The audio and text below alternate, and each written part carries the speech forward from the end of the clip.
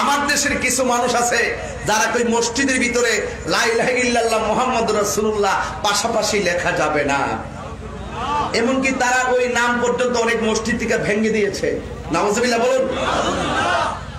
আদম আলাইহিস সালাম বলেন, আমি দেখছি আল্লাহ নামের পাশে নবীর নাম, আর আদম নবীর সন্তান হইয়া দুনিয়াতে আইসা কয় আল্লাহর নামের পাশে নবীর নাম লেখা যাবে না। এর মানে বোঝা গেল যেই ছেলে বাপ মানে না এটা বেয়াদব। এটা কি বেয়াদব? সাহস থাকলে আমাদের সঙ্গে বসে কথা বলুন। কথা পরিষ্কার? কথা কি পরিষ্কার? ও পুরুষ, গলার মধ্যে হাত দিয়া দেখেন আপনার কণ্ঠনালী আছে, আর মহিলাদেরকে হাত দিয়ে বলতে বলবেন তাদের কণ্ঠনালী নাই। এই জন্য পুরুষে কিছু কথা ধরে রাখতে পারে, মহিলারা একদম পারে না। সুযোগ নেই, 12টার পরে বাইক দিয়েছেন তো, নাহলে অনেক কথা আসিন, কিন্তু এদিকে গেলাম না। এই জন্য মহিলার কাছে আসল কথা কয়েন না। তারা কি আর ফিরে এসেছে? তারা কি আর ফিরে আসবে? এই মাহফিলটা হলো কততম লেখা নাই, যত বছর পর্যন্ত মাহফিলটা হয়েছে, এই বছরের ভিতরে অনেক মানুষ দুনিয়া থেকে চলে গেছে। যুবক, একবার খেয়াল করো, এই করোনার প্রাদুর্ভাবে, এটা একটু পিছনে পুরা দেখতে পারে, একটু পিছিয়ে, হ্যাঁ ঠিক আছে। এই করোনার প্রাদুর্ভাবে অদৃশ্য মরণঘাতী করোনা ভাইরাস শুধু বাংলাদেশ নয়, বিশ্ব স্তব্ধ। কানাডার প্রধানমন্ত্রী বলছে তোমাদের কি লাগবে? বলছে আমাদের খাবার লাগবে, ঘরে থাকো, বের হয়েও না, আমি তোমাদের ঘরে খাবার পাঠিয়ে দিব। স্টে হোম, ঘরে থাকো, স্টে সেফ, তবে নিরাপদ। এইভাবে কানাডার অ্যাডভাইস। আমেরিকা ধরো, আমেরিকার একই অবস্থা, সারা বিশ্ব স্থবির হয়ে পড়েছে, কর্মসংস্থান অকেজ হয়ে গেছে, শিক্ষা প্রতিষ্ঠান বন্ধ হয়ে যাচ্ছে। শেষ পর্যন্ত ক্ষমতাধর রাষ্ট্রগুলো শেষ পর্যন্ত বলতে বাধ্য হয়েছে আমাদের আর কিছুই করার নেই, ফায়সালা আসবে আকাশ থেকে। মুসলমান বিজয়ী বেশে, মুসলমান বিজয়ী বেশে আজ হাজির। ক্ষমতাধর রাষ্ট্রগুলোর তুলনায় আমাদের দেশে কিন্তু ইনস্ট্রুমেন্ট নাই, চিকিৎসার সরঞ্জামাদি নাই, কোনো কিছুই নাই। আমি বিবেক খাটাইয়া দেখলাম অন্যান্য রাষ্ট্রের তুলনায় আল্লাহ যেন আমাদের উপরে বিশেষ নজর দিয়ে ছায়া দিয়ে রাখছে। আর না হয় হাজার হাজার মানুষ। মমতাময় প্রধানমন্ত্রী বলেছেন স্বাস্থ্যবিধি মেনে চলার জন্য। প্রশাসন আমার এখানে আছেন, স্যারও বলেন এই করোনায় এত বড় মাহফিল করবেন, এটা তো দূরত্ব বজায় রাখতে হবে, স্বাস্থ্যবিধি মেনটেন করতে হবে। হ্যাঁ, এটাও সত্য। আমি ওদের শুরুতেই বলবো, এই যে একটা মাস্ক পরে আপনারা যে কোনো মাহফিলে যাবেন, বাজারে গেলে একটি মাস্ক ব্যবহার করবেন। প্রধানমন্ত্রী হাজারবার বলল, আমি নিজে যদি সচেতন না হই তাহলে কেউ কাউকে সচেতন করে দিতে পারে না। আমরা সবাই যদি এই বিষয়টার প্রতি সতর্ক হয়ে যাই, তাহলেই কিন্তু আইন যে কোনো কিছু হোক বাস্তবায়ন করা খুবই সম্ভব। এই জন্য যুবক ভাইয়ের আমার, আমি আমার ক্ষুদ্র জ্ঞানে বুঝি যে এই বাংলাদেশের যে ধরনের বিশ্ব যেভাবে করোনা স্তব্ধ, সেই তুলনায় আল্লাহ আমাদেরকে অনেক ভালো রেখেছে। তো ভালো যদি রেখেছে, আমরা একটু শুকরিয়া আদায় করব কার? জবান খুলে বলেন কার? শুরুতেই দোয়া করি, আল্লাহ এই করোনার প্রাদুর্ভাব আমি জানি, ও আল্লাহ আমরা জানি আমাদের কোন গুনাহের কারণে আপনি বেজার হয়ে গেছেন। আজকে বান্দের বাজার নবীগঞ্জের মাহফিলে আমরা তওবা করলাম, আমাদের উপরে আপনি বেজার হয়েন না। এই করোনার ভাইরাসের প্রাদুর্ভাব আমাদের কাছ থেকে আপনি তুলে নেন। আমিন বলবেন না? আমিন বলবেন না? আমিন বলবেন না? যত ধরনের খোদাই পক্ষ থেকে যত ধরনের গজব আসবে, জহরাল ফাসাদু মিনাল বাররি ওয়াল বাহরি বিমা কাসাবাত আইদিন নাস, যত ধরনের বিপদ আসবে মনে করবেন এগুলো আমাদের হাতের কামাই, আমাদের অন্যায়ের কারণে আল্লাহ বেজার হয়ে গেছেন। এই জন্য এই মহামারী, যেই মহামারী পৃথিবীর কেউ দেখে নাই, এমন এক মহামারী দিল এখন বলতেছে ভালো করে হাত দৌত করতে হবে। আরে ভাই ডাক্তার ভাইয়েরা এখন বলতেছেন গবেষণা করে হাত মুখ ভালো করে দিতে হবে। আমার রাসূল তো 1450 বছর পূর্বে নামাজের পূর্বে ওযুর সিলেবাস দিয়ে গেছেন। দৈনিক 5 ওয়াক্ত নামাজের জন্য ওযু করলেই অটোমেটিকলি তার শরীর পবিত্র থাকে, তার শরীর পরিষ্কার থাকে। এই জন্য আজকে ঘুরে গাড়ায়া আমার আল্লাহ পাকের বিধানের উপরে আসতেই হয়েছে। কথা বলেন ঠিক না বেঠিক? এই জন্য যুবক ভাইয়েরা,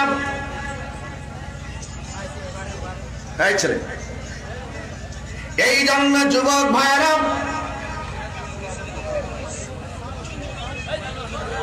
কোথায় আওয়াজ হয়?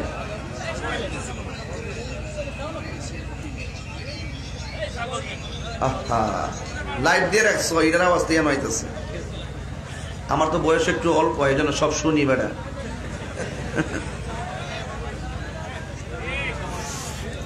এই জন্য যুবক ভাইয়েরা আমি বলেছিলাম আল্লাহ রাব্বুল আলামিন কুরআনুল কারীমের মধ্যে বলে দিয়েছেন যহারাল ফাসাদু মিনাল বাররি ওয়াল বাহরি বিমা কাসাবাত আইদিন নাস।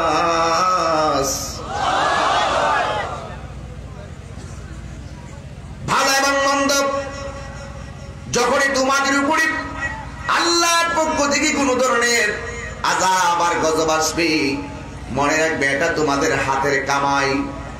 এই জন্য আমার নবী বলেছেন অনেক সময় আল্লাহ রাব্বুল আলামিন আমাদের উপরে গজব দিবেন, এই গজবের ভিতরে অনেক ঈমানদাররা পড়ে যায়। ঘরের মধ্যে আগুন লাগলো, ঘরের ভিতরে আগুন লাগলো, 5 জন মানুষ, এর ভিতরে একজন মানুষ অন্য ঘরে থেকে এই ঘরের মধ্যে এসেছিল। এই মানুষটা একই করে আগুনের কারণে লোকটাও মারা গেল, তার কোনো ধরনের অন্যায় নাই, এখানে মরে যাওয়ার কথা মনে আল্লাহ মরণ লিখে রেখেছেন, এখানে তার মরণ হয়েছে। ও যুবকের দল শোনো, এখন প্রশ্ন করবেন হুজুর আজকে আল্লাহ বেজার হয়ে গেছে, আমাদের অনেকে মারা গেছে, কিন্তু কিছু কিছু মানুষ দেখছি খুব ভালো করে চলাফেরা করে, ওই মানুষগুলোও তো মারা গেল। আপনি না বলেছেন জালেমদের জন্য গজব, তাইলে ইমানদার মরল কেন? আরে বাবা ইমানদার যদিও মারা যায়, দেখেন তাদের সম্মান আল্লাহ কত বাড়ায় দেয়। মহামারীর ভিতরে যদি ইমানদার মারা যায়, আমার আল্লাহর হাবিব বলেন তার মরণটা সাধারণ মরণ থাকে না, এই মরণটা আমার আল্লাহ শহীদের খাতায় লিখে দেয়। করোনা কেমন জিনিস, যে করোনা যুদ্ধ করে মারা যাওয়ার পরে, করোনায় মহামারীতে যুদ্ধ করে মারা যায়, মারা যাওয়ার পরে যখন করে একটা রিপোর্ট দেওয়া হয় তার পজিটিভ, এই করোনার ভিতরে পজিটিভ শব্দটা খুব খুব ধরনের ডেঞ্জারাস একটা শব্দে পরিণত হয়েছে। পজিটিভ শব্দ শুনলে সারা জীবন মানুষে খুশি, হ্যাঁ, কিন্তু যখন শুনে করোনা পজিটিভ, তার ঘুম নাই, তার খাওয়ার নাই, ঘরের মানুষগুলা বের করে দেয়, সন্তানকে মা খাটে খুশুইতে দেয় না, হোম কোয়ারেন্টাইনে নিয়ে যাই। করোনার কারণে অনেক নতুন নতুন শব্দ আমরা শুনেছি। একটা শুনেছি কোভিড-19, আরেকটা শুনলাম স্টে হোম স্টে সেফ, আরেকটা শুনলাম হোম কোয়ারেন্টাইন, আবার শুনলাম আইসোলেশন। এই যে কতগুলো নাম শুনলাম, আমরা বিচলিত নয়, বিচলিত নয়, বিচলিত হয়ে গিয়েছি প্রসঙ্গগুলো দাঁড়ায় যায় একটা কারণে। ঘরের ভিতরে করোনা রোগী, মা সন্তানকে ঘরে জায়গা দেয় না, সন্তানের কাছ থেকে মা দূরে চলে যায়, স্বামীর কাছ থেকে স্ত্রীটা দূরে চলে যায়, ভাইয়ের কাছ থেকে আরেক ভাই দূরে চলে যায়। হে যুবকের দল, শুধুমাত্র তাই নয়, করোনা কোভিড-19 যদি মারা যায় আর ঘরের মানুষগুলো তারে গোসল দেয় না। যুবকের দল দেখছুনি, দুনিয়ায় একটা মহামারী দিল, আপন জন সব দূরে চলে গেছে, দুনিয়ায় কেউ কাহারও আপন নয়। কবরে যাওয়ার আগে এখন একটা পরীক্ষা দিয়ে আল্লাহ বুঝাইয়া দিলেন, এই দুনিয়ার কেউ তোদের আপন না, এই দুনিয়ায় কেউ তোদের দুঃখের ভাগ নিবে না। তুমি দুনিয়াতে আছো, তুমি মারা যাওয়ার পরে তোমার সম্পদের ভাগ সবাই নিব, কিন্তু তোমার কবরের আযাবের ভাগ কেউ নিবে না। জবান খুলে বলেন ঠিক না বেঠি? কিসের কথা বলেন আপনারা? কিসের কথা বলেন আপনারা? আরে বাবা, জবান তো আল্লাহ দিয়েছেন, আল্লাহকে ডাক দিয়ে বলেন না আল্লাহু আকবার। সারা দুনিয়ার মানুষ 14 লক্ষর উপরে, বিশ্বের মধ্যে 14 লক্ষর উপরে মানুষ করোনায় মারা গেছে। কি মনে করতেছেন কত কোটির মধ্যে থেকে আন্দাজ করা যায়? এই জন্য কেউ তো জানি না। এখনো তো আল্লাহ এই পরীক্ষা আমাদের কাছ থেকে তুলে নেয় নাই। বাংলাদেশের শিক্ষা প্রতিষ্ঠানগুলো বন্ধ কেন খুলে না? কারণ কোমলমতি শিক্ষার্থীরা হলো ভবিষ্যৎ প্রজন্ম। এরা যদি সেফ থাকে বাংলাদেশ সমুজ্জ্বল। এই জন্য ভয় করে করে ছাত্রছাত্রীদের স্কুল প্রতিষ্ঠান খোলা হচ্ছে না। আমি বলবো ও অভিভাবকের দল, স্কুল যদিও বন্ধ, মাদ্রাসা যদিও বন্ধ, আপনার সন্তানগুলো যেন বাড়িতে ভালো করে লেখাপড়া করে, এই দিকে অভিভাবকদেরকে সাবধান হওয়া লাগবে। কথা বলেন ঠিক না? এই ওয়াজ মাহফিলগুলো দেওয়া হয় সচেতন করার জন্য। বাড়িতে কিছু নিয়ে যাওয়া লাগবে। কেউ তোমার জন্য আপন হবে না। এই যুবক, কবরে নামাইবে কেউ, কবরে লাশটা ধরে না। গোসল করাইবে কেউ, গোসল করায় না। এখানেও দেখা যায় কিছু কিছু সংগঠন বাংলাদেশে অনেক ভূমিকা পালন করেছে। এর মধ্যে একটা হলো গৌসে কমিটি বাংলাদেশ। প্রায় 1500 উপরে এই মানুষগুলোরে দাফন করেছে। এমন ভাবে অনেকগুলা সংগঠন কাজ করতেছে। যুবক, কি বুঝলেন? আপনার ঘরের মানুষ, আশেপাশের মানুষ, যেই গ্রামের ভিতরে বান্দের বাজারে যদি কেউ করোনা পজিটিভ হয়ে যায়, তাইলে ওই বাজারে কোন দোকানে সে থাকতো, দোকানটা চিহ্নিত হয়। তার সাথে যারা চলেছে, একটা বার কথা বলেছে, তাদের কলিজার ভিতরে পানি থাকে না। আপনারা আওয়াজ করে বলা লাগবে, হায়াতের মালিক কে?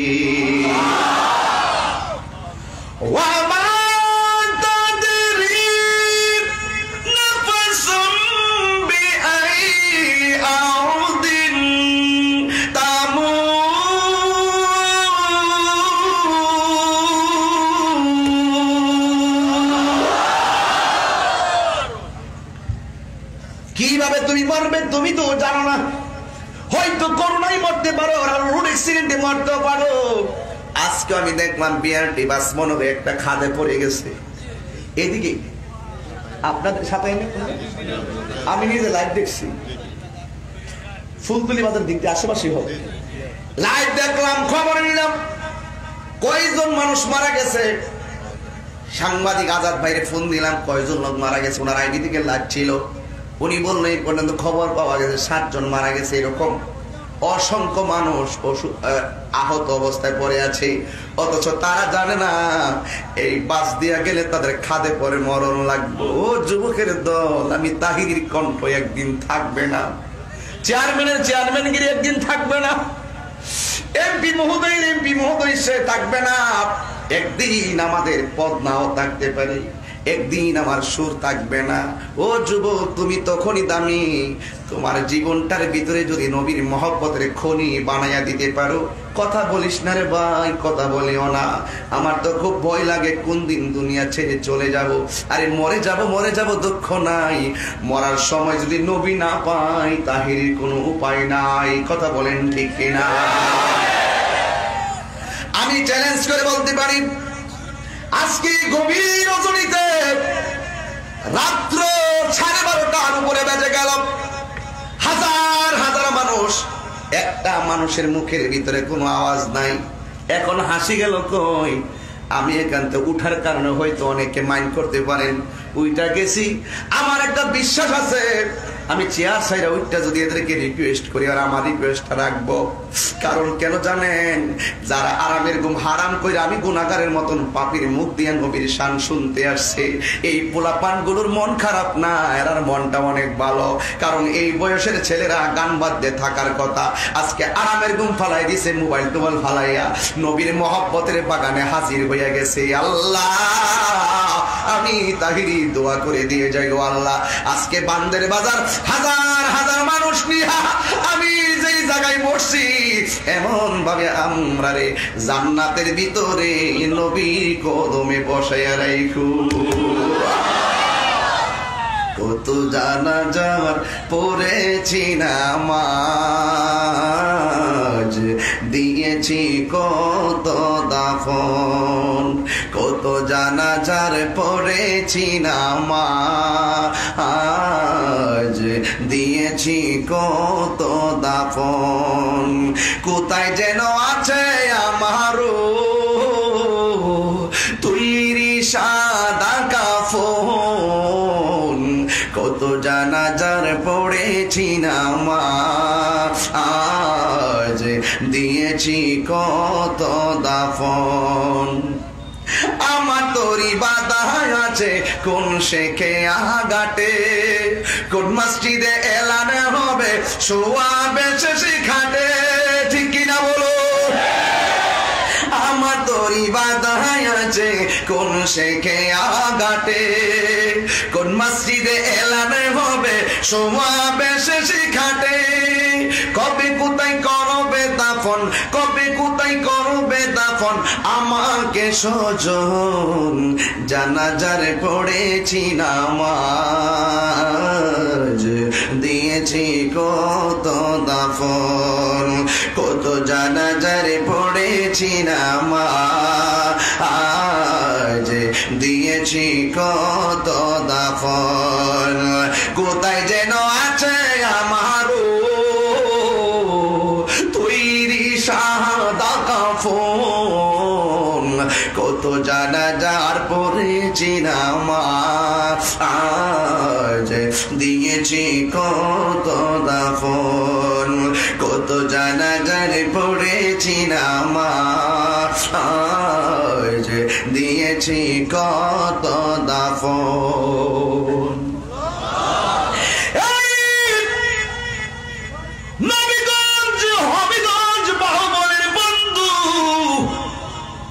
আজকে তো আমার হাতের জাফলং থেকে একটা তোয়ালে আমাকে এক গিফট করেছেন, গিফট মাফলার।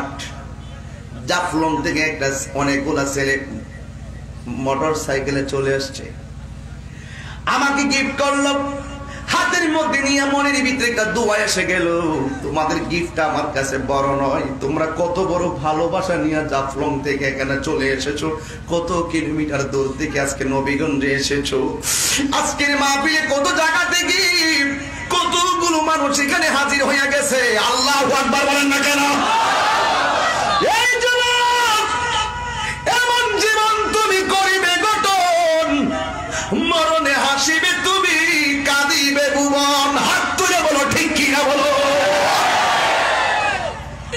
পায়ের ভিতরে হাত দিয়া বলি, আমি তাহিরিকে আপনারা মহব্বত যদি করেন, কাউকে দুনিয়াতে মহব্বত করবেন আল্লাহর জন্য, কাউকে দুনিয়াতে মহব্বত করবেন নবীর জন্য, কাউকে ঘৃণা করবেন নবীর জন্য, ভালোবাসবেন নবীর জন্য। কথা বলেন ঠিক কিনা? এই জন্য আমাকে ইন্তেজামিয়া কমিটির পক্ষ থেকে আমাকে বিষয় দিয়েছে কবর এবং হাসর। কমিটিদের বিষয় অনুযায়ী আমি কথা বলছি। আপনারা পান্দের বাজারের মানুষ, নবীগঞ্জের মানুষ, জবানটা খুলে বলো, আমাদের আসল ঘরের নাম কি, বিল্ডিং না কবর? বেশি লম্বা করবা না, ঘন্টা খানিকের ভিতরে বয়ানি টানবো। আমার নবী, আপনার নবী বলেন, কবরে আযাব যদি মানুষ কেউ দেখতো পাগল হয়ে যাইত। হ্যাঁ, আমার নবী বলেন কবরের ভিতরে অসংখ্য শাস্তি, এর মধ্যে ভয়ঙ্কর একটা শাস্তি হলো প্রথম শাস্তি। সাহাবারা ডাক দিয়া বলে, ইয়া রাসূলুল্লাহ, নবী গো, ও মায়ার নবীজি, কবরের ভিতরে প্রথম শাস্তিটা কোনটা? আমার নবী বলেন, কবরের মধ্যে প্রথম শাস্তি হলো ডান পাশের মাটিগুলো এক প্রান্তে চলে যাবে, বাম পাশের মাটিগুলো আরেক প্রান্তে চলে যাবে। দুই পাশের মাটিগুলি এমন ভাবে তার একটা চাপা মারবো, ডান পাশের হাড্ডিগুলো বাম পাশের ভিতরে ঢুকে যাবে, বাম পাশের হাড্ডিগুলো ডান পাশের হাড্ডির ভিতরে ঢুকে যাবে। শুধুমাত্র তাই নয়, আমার দিকে তাকান, দুই পাশের মাটিগুলো তারে এমন ভাবে চাপা মারবো, মারার সাথে সাথে তার হাড্ডিগুলা গুঁড়া হয়ে যাইব, তার হাড্ডিগুলা ছিন্ন ভিন্ন হয়ে যাবে, তুলার মতন নরম হয়ে যাবে। আমার নবী বলেন কবরের মাটি যখন তারা চাপা মারবো তখন সে এমন জোরে একটা চিৎকার মেরে দিবে, আল্লাহু আকবার, এমন জোরে একটা চিৎকার মেরে দিবে।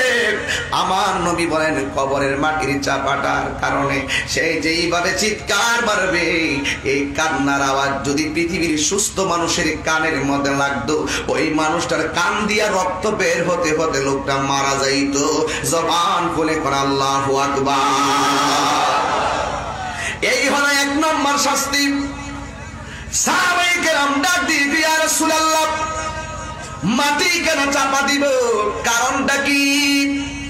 কারণটা কি জানেন না? মাটির উপরে থাইকাই ৫,০০০ টাকা পাইয়া মানুষ খুন কইরা ফেলাইছেন। মাটির উপরে থাইকা ক্ষমতার লোভে আপনার পার্টনারকে গুম কইরা ফেলাইছেন। মাটির উপরে থাইকা হালাল খান নাই, সুদ নামক হারাম খাইয়া ফেট বড় করছেন। কথা বলেন ঠিক না বেঠি? এই মাটির উপরে থাইকা মায়ের বুকের ভিতরে লাথি মারছেন, মাটির উপরে থাইকা মসজিদে আজান দেয় আর আপনি ক্যারাম বোর্ড খেলেন। এমন কিছু খেলোয়াড় ময়দানে আছে না নাই? দেখেন, আমি নিজের চোখে দেখি অনেক সময় আজান দেয়, দোকানের ভিতরে একটা দোকান খুললা দেয়, ভাড়া ক্যারাম বোর্ড, এক একটা গেমস খেলবে 200 টাকা, এক একটা গেমস খেলবে 10,000 টাকা। এমন ভাবে জোয়ারির আসর পর চলছে এখন গ্রামে গঞ্জে। মসজিদে মুয়াজ্জিন আজান দেয় আর এই দিকটা সে ক্যারাম বোর্ড খেলে দোকানের ভিতরে। এ যুবক, যেই আঙ্গুলটা নামাজের মধ্যে লড়াইলেই শয়তান কান্দে, আশহাদু আল্লাহ কইয়া আঙ্গুলটা লাগা দিলেই শয়তান কষ্ট পায়। আর তুমি এই আঙ্গুলটা দিয়া কোন শয়তানকে খুশি করো? নামাজে যাইয়া শয়তানকে বেজার না কইরা ওই ক্যারাম বোর্ড খেলতে যাইয়া আল্লাহরে বেজার করতেছো। তুমি কি জানো না আল্লাহর দরবারে তোমার জবাবদিহিতা করা লাগবে? কথা বলেন ঠিক না? আসসালাতু খায়রুম মিনান নাওম।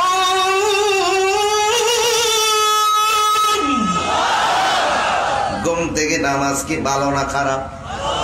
এই জন্য যুবক, মাটির উপরে তাই খাই তুমি আজান দাই মসজিদে, ক্যারাম বোর্ড খেলো দোকানে, এই মাটির উপরে তাই খাই তুমি পাল্লাটা টান দাও, এই আঙ্গুল দিয়ে একটু টাপ মাইরা তারা ঠকাইয়া দাও। আসেনি? পাল্লাটা টান দেয়, এই আঙ্গুল দিয়ে কি যেন চাপ দেয়, আবার কিছু কিছু পাল্লার নিচে চুম্বুক লাগে। কথা কন্যা গেলে গে? এই জন্য যুবক ভারত, ওই দিন দেখলাম ফল বিক্রি করতেছে, প্যাকেটের ভিতরে যে মাল তুলছে, কিন্তু প্যাকেটের বাইরে 2টা আপেল রাইখা দেয়, রাইখা ওজন বাড়াইয়া 2টা আপেল রাইখা দেয় আর বাকিটা দিয়ে দেয়। এতে মনে করছে আমার ব্যবসায় বহুত লাভবান হবে। আরে হারাম খাইয়া যতই লাভবান হও, হাকিকতে তুমি লসের পাল্লায় আছো। কথা বলেন ঠিক না ঠিক? এই জন্য আমার নবী বলেন, এই মাটির উপরে থাইকা আল্লাহর সঙ্গে নাফরমানি করার কারণে এই মাটিটা কবরে গেলে তোমার চাপা মারবো। এখানে কোনো ধরনের দোহাই চলবে না, কোনো ধরনের শক্তি চলবে না। হে যুবকের দল, পায়ের মধ্যে হাত দিয়ে বলে যায়, ওই কবরের সুখের জন্য আল্লাহকে রাজি খুশি করার দরকার আছে না? এই তো ক্লিয়ার হয়ে যাচ্ছে কথাগুলো, মাথার মগজগুলো ধুলাই হচ্ছে। বুঝার জন্য বলছি, তুমি যেখানে এখানে দুনিয়া থেকে যা করবা তার হিসাব তোমাকে কবরে দিতে হবে, হাসরের ময়দানে দিতে হবে। আমার বিষয় হলো কবর এবং হাসর। এই কবরের ভিতরে সাহাবারা বলেন, ইয়া রাসূলুল্লাহ, নবী গো, আর দ্বিতীয় শাস্তি কি? আমার নবী বলেন, একটা ফেরেশতা কবরে নামায়া দিব। এই ফেরেশতাটা কানে শুনে না, এই ফেরেশতাটা চোখে দেখে না, এই ফেরেশতার হাতের ভিতরে দুনিয়ার সমান একটা হাতুড়ি থাকবে। এই হাতুড়ি দিয়া বেঈমানকে কবরের ভিতরে এমন ভাবে আঘাত করব, 70 যুগল মাটির নিচে নিয়ে ঢুকাইয়া দিব। সবচেয়ে বড় কথা হলো মরণ হইয়া গেলে ভালোই তো। আমার সমাজের ভিতরে অনেক প্যারালাইসিস রোগী আছে, 2 বছর 3 বছর 5 বছর 7 বছর, শেষ পর্যন্ত ফ্যামিলির মানুষগুলো আল্লাহরে কয় আল্লাহ তারে কষ্ট দিও না, কষ্ট দেওয়ার চাইতে তারে লইয়া যাও, একবার নিয়ে গেলে আমরা আসান পাইতাম, রোগীও আসান পাইতো। কিন্তু না না, কবরে গেলে চিত্র হলো ভিন্ন। এই কবরের ভিতরে যে আযাবটা দেওয়া হবে, এই আযাবটা শেষ নাই, কিন্তু তার মরণ নাই। কবরবাসী আল্লাহরে ডাক দিয়া বলবে, ও আমার আল্লাহ একবারে ধ্বংস করে দাও, আযাব আমাদের সহ্য হয় না। একদিন নয়, 2 দিন নয়, 3 দিন নয়, 4 দিন নয়, কিয়ামত পর্যন্ত এমন ভাবে কবরের ভিতরে জ্বলতে থাকবে, পড়তে থাকবে, মায়ের খাইতে থাকবে। এবার আল্লাহর হাবিব বলেন একদিন এমন একটা সময় আসবে, ইসরাফিল যে সিংহারা ফুৎকার দিয়া বসার জন্য দেওয়ার জন্য বসে আছে, এই সিংহারা যখন ফুৎকার মাইরা দিব, ইযাযুল জিলাতিল আরদু জিলসালাহা ওয়া আখরাজাতিল আরদু আসকালাহা ওয়া ক্বালাল ইনসানু মা লাহা। যখন ইসরাফিল আলাইহিস সালাম সিংহা ফু দিয়া দিবে, দুনিয়াটা কাঁপতে শুরু করবে, জমিনের বোঝাগুলো জমিন বের করে দিবে, তেলের খনি, গ্যাসের খনি, স্বর্ণের খনি সব নিচে থেকে উপরে উঠবে। আর মানুষগুলা বলবে ওয়াকালাল ইনসানু মা লাহা, কি হইল কি হইল। শুধুমাত্র কি হইল নয়, ওয়াতাকুনুল জিবালু কাল ইহনিল মানফুস, দুনিয়ার জমিনে যত পাহাড় আছে, ইসরাফিল সিংহারা ফুৎকার দেওয়ার সাথে সাথে পাহাড়গুলা তোলার মতন উড়ে যাবে। এবার তোলার মতন যখন উড়ে যাবে, এবার এই দুনিয়াটা এমন থরথর করে কাঁপা আরম্ভ হইব। এই যুবকের দল একটু খেয়াল করে দেখো, একদিন পৃথিবী লয় হয়ে যাবে। আমার নবী বলেন ওই কিয়ামতের চাইতে বড় কিয়ামত হলো যখন আজরাইল তার রূহটা বের করে নিয়ে যায়। ঠিক কি না? ওই কিয়ামতের চাইতে ভয়ঙ্কর কিয়ামত প্রত্যেকটা মানুষের মরণের সময়। ওই কবরে যাওয়ার পরে আযাব আর আযাব। এখন আমি বান্দের বাজারে একটা প্রশ্ন করতে চাই, উত্তর সবাই দিবেন। আমরা সবাই কি ইমানদার না বেঈমান? আর জবান খুলে বলো, ইমানদার না বেঈমান? বেঈমান হইলে কবরে কিয়ামত পর্যন্ত শাস্তি, আর ইমানদার হলে আমার আল্লাহ কবরের ভিতরে একটা জান্নাতি গালিচা বিছাইয়া দিব। ওই গালিচার ভিতরে কিয়ামত পর্যন্ত সে ঘুমায়া থাকবে। এবার যুবক ভাইরা, কিয়ামত হয়ে যাবে, এই পৃথিবীর সব ধ্বংস হয়ে যাবে, দাজ্জাল আসবে, ইয়াজুজ মাজুজ আসবে, বিশাল বড় কাহিনী, সেই দিকে আর গেলাম না। ওই কিয়ামত হয়ে যাবে, এটাই হলো ফাইনাল। কিন্তু কিয়ামতের পূর্বে দাজ্জাল নামক একটা লোক আসবে। এই এদিকে তাকান, আয়েশা ডাক দিয়ে বলবে, আমারে আল্লাহ মান। কি মান? আল্লাহ কয়জন? কথা কয় না, মাসুল। আল্লাহ কয়জন? জবান খুলেন, কয়জন? এখন আমার কিন্তু একটা মেজাজ আছে, আমার একটা মেজাজ আছে, রাগ আছে। আমার মাঝে মাঝে অনেক কষ্ট হয় যখন কেউ ফেসবুকে লেখে তাহিরি মাজার পূজারি, এটা যখন বলে আমার খুব কষ্ট লাগে। আবার আরেকটা কথা বলে তাহিরি ভণ্ড। যদি প্রশ্ন করি কেন, দাঁড়ায় জিকির করছে এই জন্য, আচ্ছা জিকির করছে এই জন্য, হ্যাঁ এইরকম ইত্যাদি ইত্যাদি কথা বলে আর কি। আমি মনে মনে ভাবি যে যাই বলুক, আল্লাহ তো অন্তরের খবর জানে। জানে কি জানে না বলেন? তো আমাদেরকে বলে ভণ্ড। চেয়ারম্যান সাহেব মনোযোগ দিবেন, প্রশাসনের ভাইরা মনোযোগ দেন। আমাদেরকে বলে ভণ্ড কেন? আমরা মাজার পূজা করি। কষ্ট লাগেনি? কথা কষ্ট লাগেনি? আচ্ছা, এখন নবীগঞ্জের মানুষ জবানটা খুললা বলুন তো, আমরা কি মাজার পূজা করি নাকি মাজার জিয়ারত করি? কে রে বাবা, এই কইছে এত স্তরে সামনে বসে ফার্স্ট ক্লাস, বলো আমরা কি মাজার পূজা করি না জিয়ারত করি? জোরে বলুন। জিয়ারত করি। আর আমাদের কি কয়? আমরা মাজার পূজারি। এই কথাগুলো সমাজের ভিতরে এক শ্রেণীর মানুষ এসে মিথ্যা উপস্থাপন করার কারণে আজকে আমাদের এই ময়দানটা পর্যন্ত প্রশ্নবিদ্ধ হয়ে গেছে। কথা বলুন, ঠিক কিনা বলুন? তো এখন আপনাদের কাছে আমি নিজে এখন বলে দেই, আল্লাহ কয়জন? আমি এটা গজল বলছিলাম, আমাদের প্রভু এক নবীর উম্মত, জীবন বিধানে ওই শিবানী কোরআন। আমরা কি এজিদি মুসলমান নাকি হুসাইনি মুসলমান? আমরা কি মাজার পূজা করি? পূজা শব্দটা মুখ দিয়ে কিভাবে ওরা আনে, কিভাবে আনে বলেন তো? জিয়ারতের নবীর একটা সুন্নত তরিকাকে তারা পূজার সাথে আখ্যায়িত করে, এইটা উচিত নয়। ইসলাম আমাদেরকে শিক্ষা দিচ্ছে কি জানেন? ইসলাম শিক্ষা দিছে তুমি তোমার ধর্ম পালন করবে, সে তার ধর্ম পালন করবে, কেউ কারো ধর্মের উপরে হস্তক্ষেপ করবে না, ঠিক কিনা বলুন? তো আপনি হুট করে নিজের মাথায় নিজে কুড়াল মারেন, কেমন লাগে বন্ধু? দেখি আমি মুসলমান, আমি রসুলের কথা বলি, আপনি তো রসুলের কথা বলেন। যারা এসে বলেন যে আমরা নাকি মাজারে গিয়ে পূজা করি, হ্যাঁ একটা কথা বলতে পারি, আমি বান্দার বাজার চ্যালেঞ্জ করে বলে দিয়ে যাই, যদি কোনো আল্লাহর ওলির মাজারে কেউ যদি অসামাজিক কার্যক্রম করে, আমরা সবাই মিলে তার প্রতিবাদ করবো, ঠিক কিনা বলে? আপনি ঢালাও ভাবে তাহিরিকে ভণ্ড বলবেন, তাহিরিকে আপনাকে ছেড়ে দিবে? তাহিরিকে ছেড়ে দেবেন না পোলা? অনেক এমনি 80 টাকার তোলা ছেড়ে দিব? মিথ্যা বলবেন না, হক কথা বলুন, দাম পাবেন। আর হক কথা না বললে যে কোনো মুহূর্তে পাপ পিছলে যাবে, অ্যাক্সিডেন্ট করবেন। আমরা হক কথা বলি, আমরা বলি আল্লাহর মাজারকে জিয়ারত করি, ওলি আল্লাহর মাজার আমরা সেজদা করি না। আল্লাহ হলো একজন, সেজদা পাওয়ার মালিক আল্লাহ, আল্লাহর সাথে কাউকে শরীক করা যাবে না, ঠিক কি না বলুন?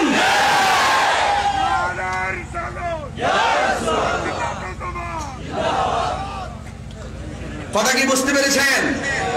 এখন আমার ডাইরেক্ট কথা হলো, যে কোনো জায়গায় যদি যে কোনো আল্লাহর ওলির দরবারে যদি কেউ অসামাজিক কাজ করে, এটা হলো তার দোষ, কিন্তু আল্লাহর ওলির দোষ।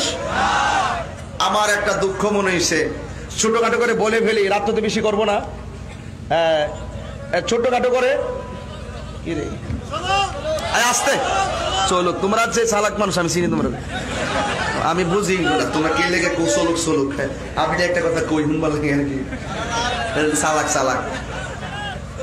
সারা রাত মনে যাচ্ছে কিনা লই সরকে আমারে, সারা রাত কালকে মাহফিল আছে না, দেখ 1টা বেজে গেছে। দেখ শুনেন একটা কথা বলি, আমার একটা কথা হলো, আমি বারবার বলি, আমাকে নিয়ে আমি আসার আগে বহু ধরনের কথা হয় দোকানপাটে, কেউ পক্ষে কেউ বিপক্ষে।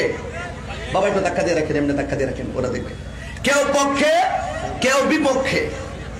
আমি তো এগুলো শুনি না, শুনি, কিন্তু আমি তাদেরকে একটা কথাই বলি, যদি আমাকে আপনার ভালো না লাগে, আসেন একটা চ্যালেঞ্জ করি, আপনি হয়তো আমাকে বুঝিয়ে আপনার দলে নিবেন, আর না হয় আপনি বুঝা আমার দলে আসবেন।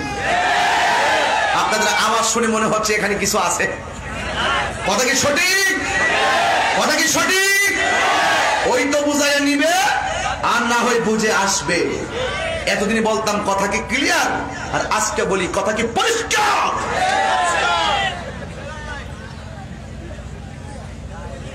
কথা বোঝো না নাকি? বুঝবা, আর একটু পরে বুঝবা। আমি ওয়াজও করবো, ওয়াশও করবো, এটা আমার একটা চরিত্র। আমি সুদকুরকে সুদকুর বলবোই, এতদিন সুদকুর বেজার হয়ে যায়, আই তাহিরি কিছু করেন নাই। আমি ঘুষকুরকে ঘুষকুর বলবোই, এতদিন কেউ বেজার হয় কিছু করেন নাই। আমি নবীর দুশ্মনকে বলবোই, এতদিন তার শরীরে আগুন লেগে যায়, লেগে যাবে, অসুবিধা নাই। তুমি আজান দিবে মসজিদে, তুমি ক্যারাম বোর্ড খেলে দোকানে, আমি কি তোমাকে ফুলের মালা দিব?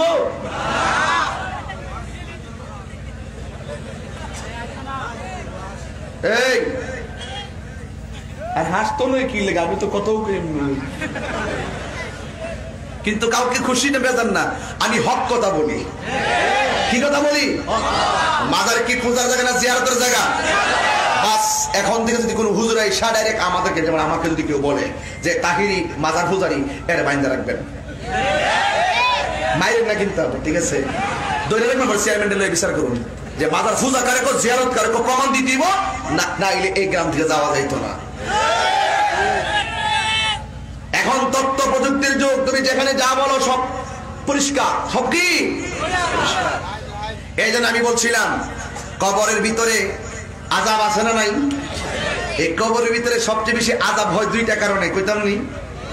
একটা হইলো প্রস্রাব করে পানি না লওয়ার কারণে, অপবিত্র অবস্থায়। হ্যাঁ, তো মনে করে কি নামাজ জন পড়ি না, প্রস্রাব করে পানি লইয়া কি করবো, সকালে তো ঘুমাই থাকি। রসুল কয় এইটাকে খুব নরমাল মনে করে, তো এই জন্য এটা শাস্তিটা হবে বেশি। কবরের ভিতরে অধিকাংশ আযাব হয় পায়খানা প্রস্রাব করে পবিত্রতা অর্জন না করার কারণে।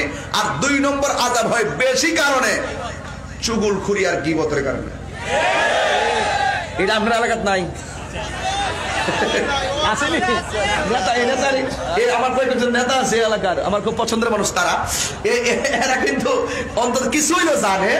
দেখেন গীবত যে এত বড় খারাপ, চুগলখুরি কারে কয় দেখেন।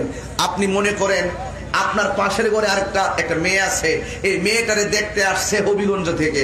এখন স্বাভাবিক ভাবে ওই মেয়েটার সাপোর্ট নিতে গেলে পাশের ঘরকে জিজ্ঞেস করবে, কি গো এই মেয়েটা কেমন?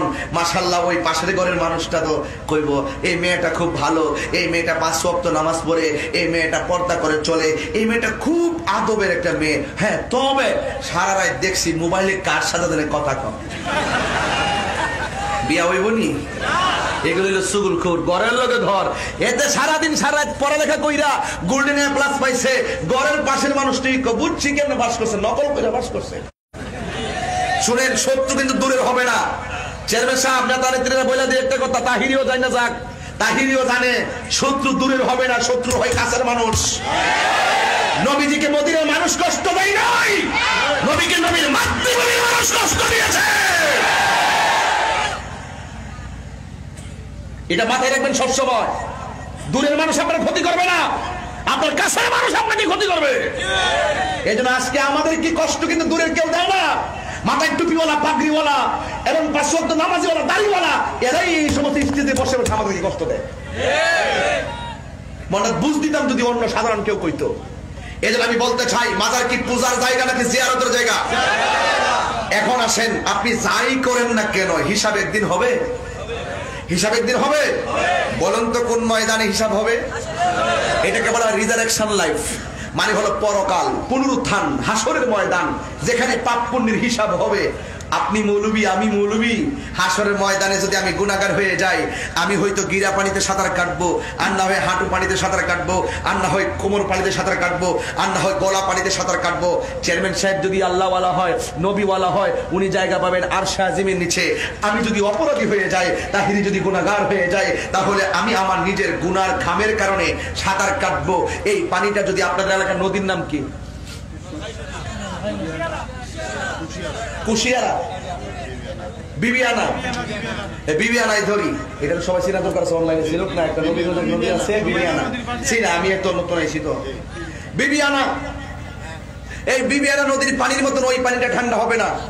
আপনি হাসরের মাঠে মাথার 8 বিঘাত উপরে যে সূর্যটা থাকবে, এই সূর্যের তাপের কারণে আপনার যে মাথার খুলিটা আছে, এই খুলিটা উল্টে যাবে, আর মাথার যে মগজগুলো আছে তাদের মারের মতন ছিটে ছিটে পড়বে, আর আপনার গামের মধ্যে আপনি সাঁতার কাটবেন। ওই পানিটা থাকবে দুনিয়ার আগুনের 70 গুণ বেশি গরম। ওই পানিটা যখন শরীরের মধ্যে লাগবে, আপনার এখানের গোশত, এখানের গোশত, গালের গোশত সবগুলা খসে খসে পড়বে। আপনারা হাড্ডি লইয়া ওই পানির মধ্যে সাঁতরাইবেন। পড়েন নাই তো বুঝতেন না। এগুলো যদি পড়তেন, দেখতেন, অনুভব করতেন, তাইলে ওয়াজ বুঝতে নিলেন।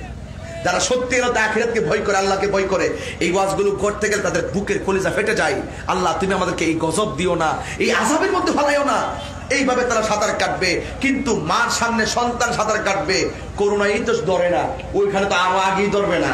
করোনাই তো ধরে না নিজে মরার ভয়ে, আর ওখানে তো স্বয়ং সরাসরি হিসাব হবে।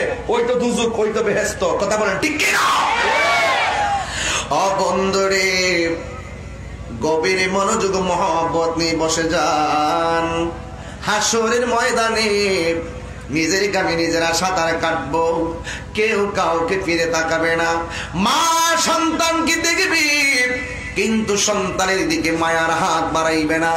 অথচ এই মা সন্তান যদি দুনিয়ায় বিপদে পড়ে যায়, মা সন্তানের জন্য পাগল হয়ে যায়। সাধারণত মুরগির বাচ্চা দেখবেন, সিলে যখন থাবা মেরে নিয়ে যায়, মুরগিটা জানে আকাশে উঠতে পারবে না, তার ক্ষমতা নাই, এরপরও সন্তানের মায়ায় সিলের পিছনে একটা উড়াল দেয়। কথা বলেন ঠিক কিনা? ওই হাসরের ময়দানে সব নবী নফসি নফসি বলে কাঁদবে। আমরা নিজেরা নিজের সাঁতারে কাটবো গরম পানিতে। আমি তাহিরি ওয়াজ করে লাভ হইব কি যদি হাসরের ময়দানে আমার উপায় না থাকে? সব কাটবো। হে যুবক, তোর পাগুলো দেখ। আমার তো মনে চাই বান্দের বাজারের সব মানুষগুলো যেমনে সাবিয়ানার নিচে বসছি, আল্লাহ যদি করে এমন, আল্লাহ যদি আমাদেরকে এমন ভাবে আরশে আজিমের নিচে ছায়া দেয়, আমাদের মতো না সুখী। এবার সকল মানুষ নফসি নফসি বলে কাঁদবে। আদম নবীর কাছে দৌড়াইয়া যামু। বিদেশ যদি যেমন কেউ সৌদি আরব এলাকা আছে না নাই, সৌদি আরবের এয়ারপোর্টে গিয়ে যদি বান্দের বাজারের কেউ বিপদে পড়া যায়, আর ওই এয়ারপোর্টের ভিতরে যদি বান্দের বাজারের একজন লোক পাওয়া যায়, ও ভাই আপনি আমাদের এলাকার মেহেরবানি করে আপনি একটু সুপারিশ করুন, আপনি আমার একটু বিপদ থেকে উদ্ধার করুন। কাছের মানুষ দেখলে কাছের মানুষ সাহস পায়। এই জন্য যুবক, হাসরের ময়দানে সব মানুষগুলো নফসি নফসি বলে কাঁদবে, কিন্তু বান্দাগুলো দেখবে হাসরের ময়দানে একজন পয়গাম্বর দেখা যায়, যিনি হলো আমাদের আব্বা, আমাদের আদি পিতা, যিনি হলেন আদম সফিউল্লাহ। ওই নবীর কাছে যাইয়া জিগাইমু, ও আদম সফিউল্লাহ, আপনি হলেন আমাদের আদি পিতা। হে আদম, আপনি মেহেরবানি করে আমাদের জন্য সুপারিশ করুন।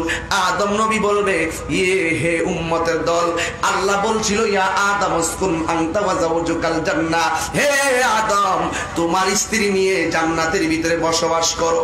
খবরদার খবরদার, লা তাকরাবা হাযিহি শাজারা, ওই গাছের কাছে তুমি যেও না।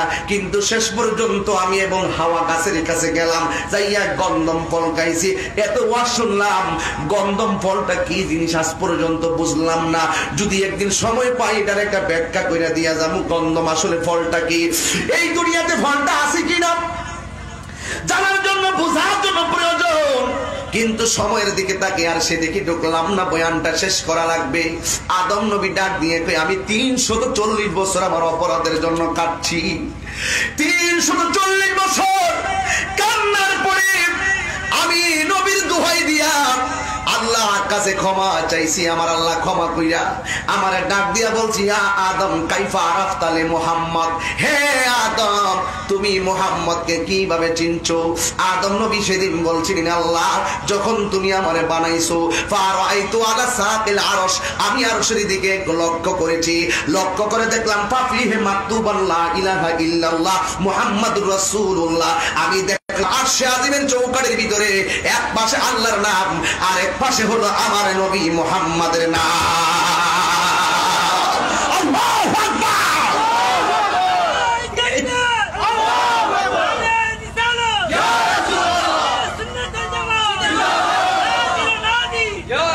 এই শুনুন, আমাদের আদি পিতার নাম কি? আদম। আদি পিতার নাম কি? আদম আলাইহিস সালাম। বলেন, এক পাশে দেখলাম আরশে আজিমের মধ্যে এক পাশে নবীর নাম, আর এক পাশে আল্লাহর নাম, আর এক পাশে নবীর নাম। একটা ওয়াজ বেরিয়েছে এখন। আমার দেশের কিছু মানুষ আছে যারা কই মসজিদের ভিতরে লা ইলাহা ইল্লাল্লাহ মুহাম্মাদুর রাসূলুল্লাহ পাশাপাশি লেখা যাবে না। এমনকি তারা ওই নাম পর্যন্ত অনেক মসজিদ থেকে ভেঙে দিয়েছে। নাউজুবিল্লাহ বলুন।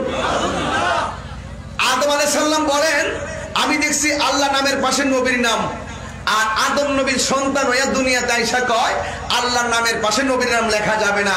এর মানে বোঝা গেল যেই ছেলে বাপ মানে না, এটা বেয়াদব। এটা কি বেয়াদব? সাহস থাকলে আমাদের সঙ্গে বসে কথা বলুন। কথা পরিষ্কার? কথা কি পরিষ্কার? আদম আলাইহিস সালাম বলেন, আমাকে বলছিল গন্ধম খায় না। আমি গন্ধম খেয়েছিলাম আমার স্ত্রী সহকারী, কিন্তু আমি গন্ধম খেতে গিয়ে গলার মধ্যে টিপ দিয়া ধরছিলাম, হাওয়া গলার মধ্যে টিপ দিয়া ধরে নাই, হাওয়া ডাইরেক্ট খেয়েছে। আমি খাওয়ার সময় গলার মধ্যে টিপ দিয়া ধরছি, যদিও ফলটা ভিতরে যায় না, টিপের কারণে ফলটার রস গেছে ভিতরে। কিন্তু দেখেন ও পুরুষ, গলার মধ্যে হাত দিয়া দেখেন আপনার কণ্ঠনালী আছে, আর মহিলাদেরকে হাত দিয়ে বলতে বলবেন তাদের কণ্ঠনালী নাই। এই জন্য পুরুষে কিছু কথা ধরে রাখতে পারে, মহিলারা একদম পারে না। সুযোগ নেই, 12টার পরে বাইক দিয়েছেন তো, নাহলে অনেক কথা আসিন, কিন্তু এদিকে গেলাম না। এই জন্য মহিলাদের কাছে আসল কথা কয়েন না, এরা ভিতরে কথা রাখতে পারে না, ওনাদের আম্মা হাওয়া রাখতে পারে নাই। আর আদম নবী গলার মধ্যে টিপ দিয়ে গলা টিপ দেন, একটা কন্ট্রোলে আসেনি, আছে, কিন্তু মহিলারে জিগাইবেন তোমার আসেনি, দেখবেন নাই। কেন নাই? হয়ে লেগে নাই। যাইয়া দেখো পাক কোরআনে সূরাতুল বাকারাতে বলিয়াছেন পাকো যাতে, বলিয়াছেন পাকো যাতে আদম হাওয়া হইতে জুদা নয়। কোরআন হাদিস খুলে দেখো আদম তো সামান্য নয়। কথা বলেন ঠিক কিনা? কথা পরিষ্কার?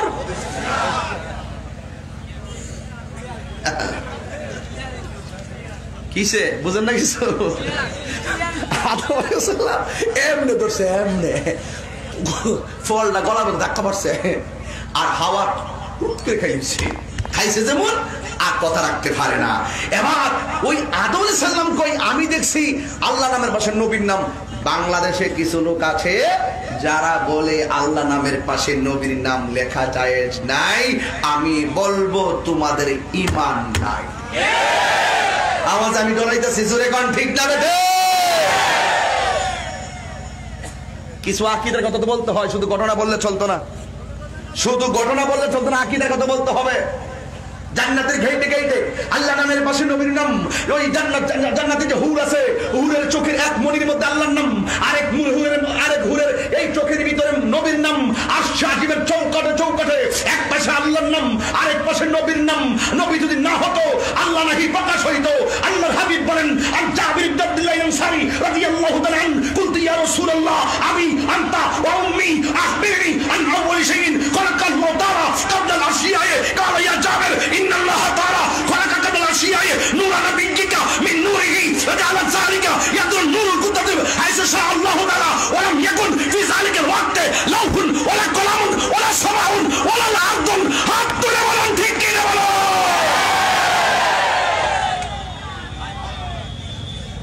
সিন্নি খাইলেন কার দ্বারা, মোল্লা ছিলেন না। কথা কথা গেলে গে আমার আনছেন ওয়াজ করবার লাগে। কেউ যদি আমার গড় আটকে রেখে কামাইব ওয়াজিব জগৎ সাজাইল নবীর উসিলাই, সেই নবীর বিরুদ্ধে কথা কয়, হের ইমান হের আমল কাম হইব। এবার আদম নবী কইল আমি পারবো। এরপরে গেছে নূহ আলাইহিস সালামের কাছে। এদিকে দেখেন, নূহ আলাইহিস সালামের কাছে গেল। নূহ আলাইহিস সালাম কয় আমার আল্লাহ 4টা সন্তান দিছে, হাম শাম ইয়াফসিন কেনান। এই 3টা ছেলে আমার দাওয়াত গ্রহণ করছে, একটা ছেলে দাওয়াত গ্রহণ করে নাই। এই ছেলেটা নূহ আলাইহিস সালামের প্লাবনের সময় এই ছেলেটা নদীর মধ্যে ডুবে মরছে। এখানে আমার একটা কথা আছে আপনাদের কাছে, নবীর ঘরে হইলেই তাকে ইমানদার বলা যাবে না। নূহ আলাইহিস সালাম এর ঘরে কেনান ছিল, তাই বলে তাকে সম্মান করে কথা বলা যাবে না, কারণ তার বাবা নবীকে মানে নাই। কথা বলে ঠিক কিনা বলেন? আমার দেশের ভিতরে একটা সমস্যা আছে, পীরের ছেলে পীর হয়। এটা নিয়ে আমার কিছু মন্তব্য আছে, রাগ করলে কিচ্ছু করার নাই। আবার কয় না যে পীরের বিরুদ্ধে বলে গেছি, না, আমি হক্কানি পীরের পক্ষে। পীরের ছেলে পীর হয়, অথচ তার যোগ্যতা নাই। সে ভালো করে নামাজও পড়াইতে পারে না, ভালো করে পড়তে পারে না, পীরের ছেলে পীর হয়। আমি বলবো তার যদি যোগ্যতা না থাকে তাহলে সে কখনো পীর হইতে পারে না। ঠিক কিনা বলো? সাবধান করে দিলাম, নূহ আলাইহিস সালামের দোহাই দিয়ে তার ছেলেকে বাঁচানো যাবে না। সে ছিল বেঈমান, বেঈমানকে কখনো ইমানদার বলার সুযোগ। এবার শুনেন কি বলি, অবন্দরে। এবার নূহ আলাইহিস সালাম বলেন আমি পারবো না। নূহ আলাইহিস সালাম আবার বলেন ঈসা নবী হযরত মুসা কালিমুল্লাহর কাছে যাও। এবার মুসা কালিমুল্লাহর কাছে গেল। মুসা কালিমুল্লাহ বলে গো আমি পারবো না, তোমরা ইব্রাহিম নবীর কাছে যাও। ইব্রাহিম নবী বলবে আমি পারবো না। ওই ইব্রাহিম নবীকে তোমরা জাকারিয়া নবীর কাছে যাও। জাকারিয়া পয়গম্বর বলেন আমি পারবো না। শেষ পর্যন্ত ডাক দিয়া বলেন তোমরা ঈসা নবীর কাছে চলে যাও। এবার ঈসা নবীর কাছে আমরা সবাই চলে যাব।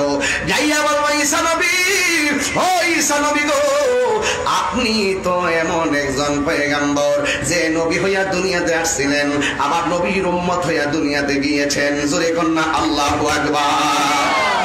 আপনার তো দুই দিক দিয়ে মর্যাদা, অথচ পৃথিবীর মধ্যে সবাই বাবা মা নিয়ে বাবা মায়ের সংস্পর্শে দুনিয়ার মধ্যে এসেছে। আপনি বাবা নাই, মায়ের ঘরে আপনি দুনিয়াতে এসেছেন।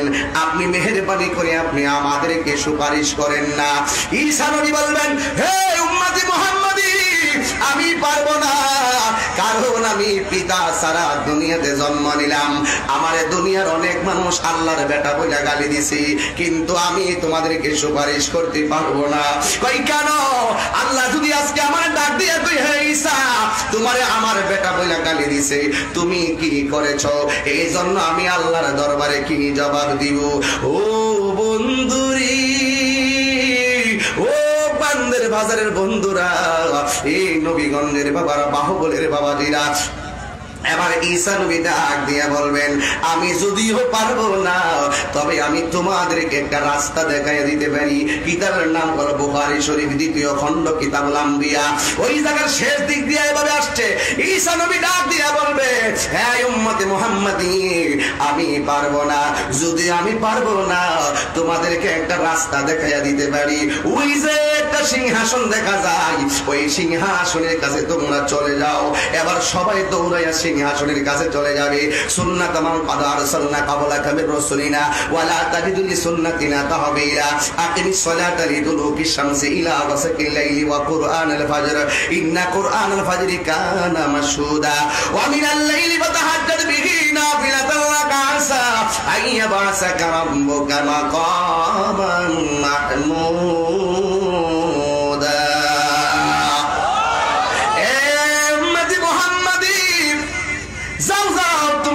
সিংহাসনের কাছে যাও।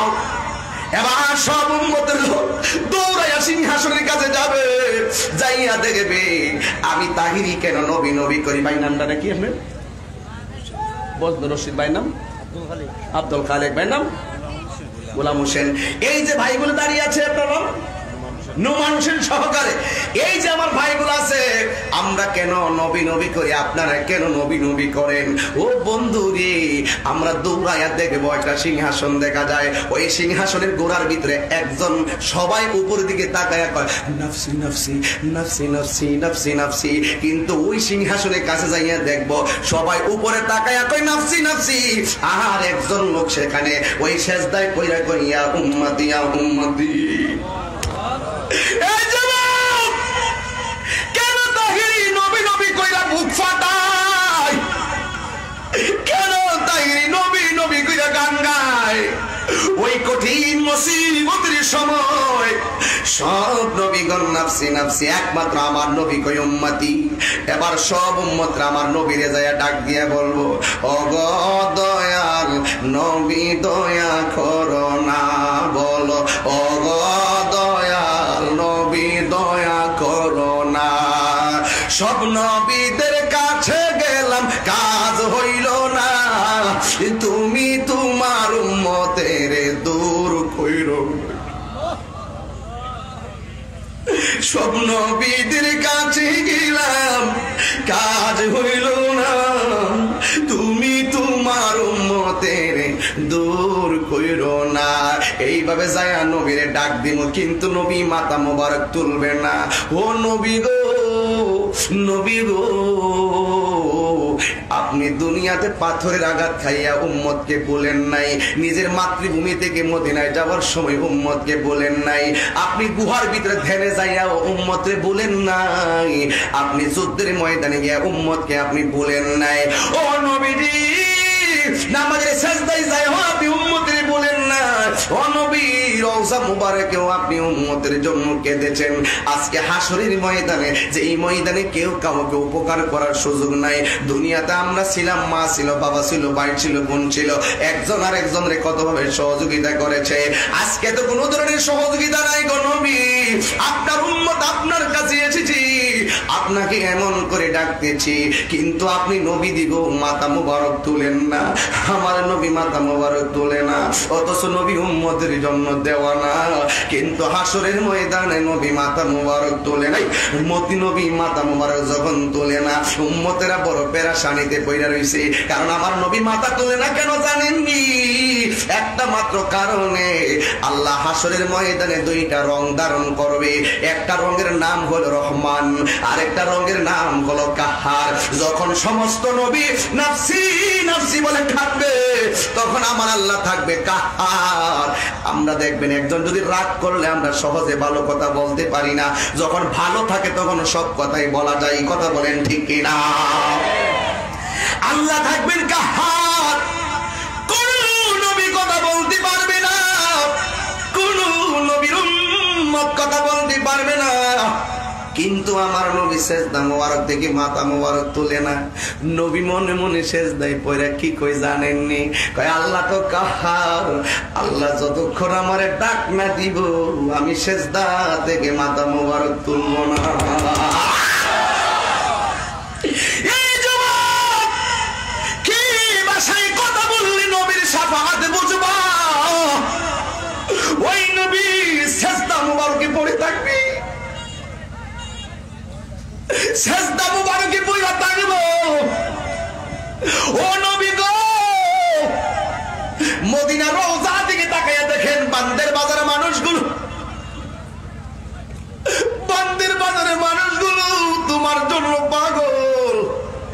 এবার আমার নবী, আপনার নবী রহমাতুল লিল আলামিন সেজদায় পড়ে দেবে। ওই সেজদার ভিতরে উম্মতে ডাক দেয়, আমার নবী মাথা মুবারক তুলে না। এই বান্দের বাজারে কোন সন্তান যদি রাগ করে, আর সন্তানকে যদি বলে ঘরে আসতে তোর খবর আছে, সন্তান ডরে ঘরে যায় না। মা ডাক দেয় কয় আব্বা মারবো, ভাই ডাক দেয় কয় আব্বা মারবে কেন? আব্বা কইছে ঘরে গেলে চামড়া তুইলা ফেলাইবো, এই জন্য ঘরে যায় না। শেষ পর্যন্ত বাবা যদি রাত্রে 12টায় কয় মানি আয়েশা পুরো ঘরের ভিতরে, সন্তান বুঝতে পারে আমার আব্বা আমার নাম ধরে ডাক দিছে ঘরে যাওয়ার জন্য। এতক্ষণ আব্বা ছিল কঠিন, এখন আব্বার রাগটা কমেছে। ঠিক এমন ভাবে আমার নবী সাজদা মুবারকের মধ্যে পড়ে থাকবে। আমার নবী আল্লাহ থাকবেন কাহার, কিন্তু আমার আল্লাহ ডাক দেয় না কাউকে। আমার নবী মনে মনে কয় আল্লাহ ডাক না দিলে আমি উঠতাম না। এ বান্দের বাজার নবী গুণের বাবা, আপনারা বলেন নবীর মনের খবর আল্লাহ জানে কি জানে না? গভীর মনোযোগ। আল্লাহ কয় বন্ধু ইয়া মুহাম্মদ, এই আওয়াজ মানে না জবান খুলে কিন্তু আল্লাহু আকবার বলেন। আরে বাবা, নবীরে কোনদিন আল্লাহ ইয়া মুহাম্মদ কইয়া ডাক দেয় না। এক জায়গায় ডাক দিছি ইয়া আইয়ুহাল মুজাম্মিল, ও চাঁদ কম্বলওয়ালা। আর এক জায়গায় ডাক দিছে কোরআনে ইয়া আইয়ুহাল মুদ্দাসসির, ও চাদরওয়ালা। সুবহানাল্লাহ বলেন না? হ্যাঁ চাদরওয়ালা, হে কম্বলওয়ালা। কিন্তু হাসরের ময়দানে আমার আল্লাহ নবীরে ডাক দেয় ইয়া মুহাম্মদ, হে নবী গো এরফা রাসাকা, আপনি মাথা মুবারক নিচু করে থাকলে শোভা পায় না গো নবী, আপনার মাথা মুবারকটা তুলেন। ওয়াসাল তোতা, আপনি আমার কাছে চান, আমি আপনাকে দিব। ওয়াসফাতু শাফা, আপনি সুপারিশ করেন, আমি আল্লাহ সুপারিশ গ্রহণ করিব।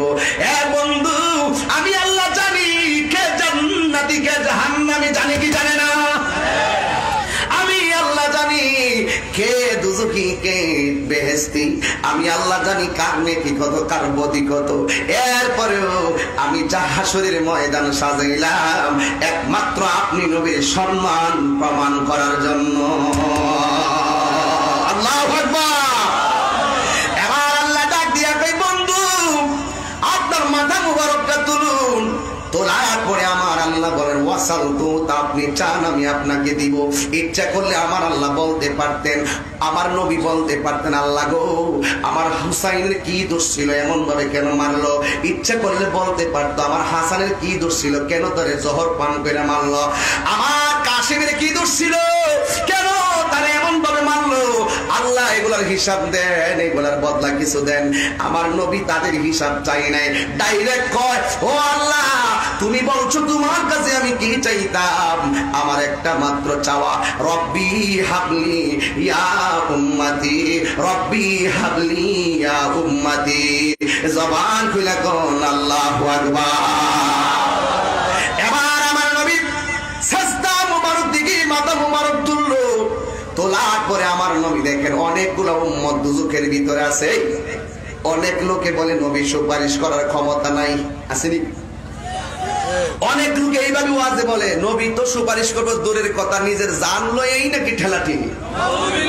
আরো আসতে কোন নাউজুবিল্লাহ। আমার নবীকে সুপারিশ, নবীর সুপারিশ করার ক্ষমতা আছে না নাই? আছে। আমি কয়েকটা দলিল দিয়ে যাই। এক নম্বর দলিল দিলাম বুখারী দ্বিতীয় খণ্ড থেকে, আল্লাহ বলছেন ওয়াশফাতু সাফা, আপনি সুপারিশ করুন আমি আল্লাহ সুপারিশ গ্রহণ করব।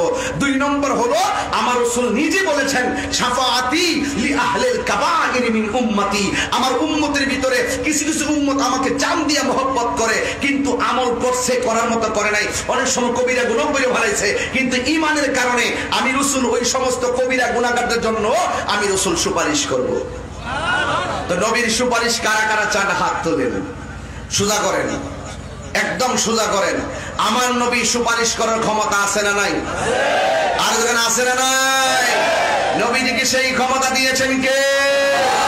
ইয়া রাসূলুল্লাহ, ইয়া হাবিবাল্লাহ, ইয়া রাসূলুল্লাহ, ইয়া হাবিবাল্লাহ, ইয়া রাসূলুল্লাহ, তুমি জীবন তুমি মরণ, আধার গড়ে তুমি আপন, তুমি জীবন তুমি নিদান তোরানে ওয়ালা, ইয়া রাসূলুল্লাহ। আমার নিজের হাতের লেখা, বলেন ইয়া রাসূলুল্লাহ, তুমি মোদের আশার আলো, তাই তো তোমায় বাসি ভালো, তুমি মোদের তাই তো তোমায় হৃদয় নামের ফুল দানিতে, হৃদয় নামের ফুল দানিতে গেতে রেখেছি প্রেমের মালা, ইয়া রাসূলুল্লাহ, ইয়া হাবিবাল্লাহ, ইয়া রাসূলুল্লাহ, ইয়া হাবিবাল্লাহ, ইয়া রাসূলুল্লাহ, ইয়া রাসূলুল্লাহ, ইয়া হাবিবাল্লাহ, ইয়া রাসূলুল্লাহ। আমার জান মদিনা, আমার প্রাণ মদিনা, এটা আমার নিজের হাতের লেখা, বলেন আমার জান মদিনা, আমার প্রাণ মদিনা, ভুলে যেতে চাইলে ভোলা যায় না, বলো না ভুলে যেতে চাইলে ভোলা যায় না। সকলে বলুন আলহামদুলিল্লাহ। পীর যার যার, সুন্নিয়ত কথা কয় না, ঘুমাইনি শেষ কি পীর সুন্নিয়ত, আমাদের সকলকে ঐক্যবদ্ধ হতে হবে। কথা বলে ঠিক না বেটি? যার যার খানকায় যার যার পীররা থাকবে, এটাই স্বাভাবিক, কিন্তু সময় আমরা সকলকে ঐক্যবদ্ধ হতে হবে। আল্লাহ পাক সকলকে তৌফিক দান করে, আমিন কোন। এখন আমার একটা দাবি আছে, রাখবেন নি আপনারা? আজকে সকলকে নিয়ে দোয়া করে যেতে চাই, রাজি আছেন সবাই? আমি কিছুক্ষণ পরে দোয়ায় হাত তুলবো, কেউ উঠবেন না, এটা আমার অনুরোধ রইল, ঠিক আছে? এটা আমার অনুরোধ রইল। এই আগামী বছরের জন্য নাকি? আগামী বছর নি? আচ্ছা ঠিক আছে, অসুবিধা নাই। এই প্যান্ডেলটা কত লাগে রে বাবা? 30,000 ধরো, 30। আগামী বছর এই উঠবেন না কিন্তু, আমি কিন্তু প্রতিদিন আসতে পারি না। আমার কথা হলো, আমি যে এসে আপনাদেরকে দেখি আমার কাছে অনেক শান্তি লাগে। আপনারা যে আমাকে দেখেন অনেকের মনে শান্তি লাগে, কিন্তু এই শান্তির ধারা আমাদেরকে অব্যাহত রাখতে হবে। কথা বলেন ঠিক কিনা বলেন? এই প্যান্ডেলটার জন্য 30,000 লাগে। আমি মোট 3 জন লোক চাই। বিসমিল্লাহ, 10,000 টাকা দিবেন একজন। এই বল বিসমিল্লাহ, একজন এই আগামী বছর এই প্যান্ডেলটার জন্য দিবেন 10,000 টাকা। বাইনি তাই নি? নাম কি ভাই? আসাদুর রহমান জীবন। আসাবুর রহমান জীবন দিবেন আগামী বছর প্যান্ডেল বাবদ যা। তবে ভাই জীবন ভাই একটু বড় হবে ইনশাল্লাহ। আচ্ছা ঠিক আছে, জীবন ভাইকে বলে দিয়েছি ইনশাল্লাহ বড় হবে। হবে কিনা? আল্লাহ কবুল করুক, আমিন কোন। আসাবুর রহমান জীবন বের দান কবুল করেন, মঞ্জুর করেন। ওনার মায়ের কুল, বাবার কুল, যারা কবর দেশে চলে গিয়েছেন, আল্লাহ সবার কবরটাকে জান্নাতের বাগান বানায় দেন। জোরে কোন আমিন। আর জবান খুলে কোন আমিন। এটা কত? আগামী বছর মাহফিলের মাইক দিবে আকিবুল হোসেন, সৌদি আরব প্রবাসী। আপনার ছেলে, আল্লাহ আকিবরে আপনি ভালো রাখেন, সুস্থ রাখেন, দেশের সন্তান আবার দেশে ফিরিয়ে দিবেন। আল্লাহ এই দানের উসিলায় তার মায়ের কুল, বাবার কুল, সকলে যারা বেঁচে আছে হায়াত বাড়িয়ে দেন। যারা চলে গিয়েছেন প্রত্যেকের কবরকে জান্নাতের বাগান বানিয়ে দেন। আমিন। দেখ রে ছবি তুলতে আইস, দেখিস ঠিক আছে। একজন দিবেন হুজুর আগামী বছর। এবার কোনো পুরস্কার করো নাই? করছো? এই পুরস্কার নাই, এই মাহফিল করছে পুরস্কারও নাই। এরপরে এই লোক কোথায় থেকে আসলো? মারহাবা কইতেন না? আমরা পুরস্কার লাগে না, আমরা বারবার মিস কল দিই, এগুলো বোঝাই দিই, বুঝেন না? এই যে দেখেন, আগামী বছর মাহফিলের পুরস্কারটা হয়তো 4 কালার।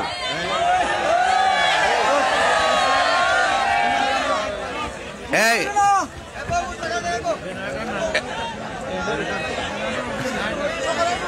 এই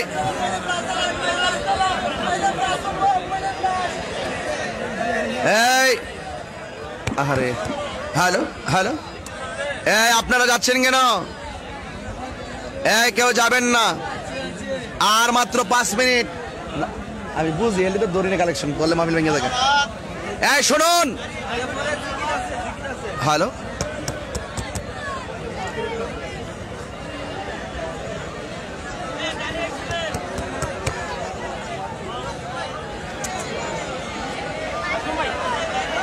আসতে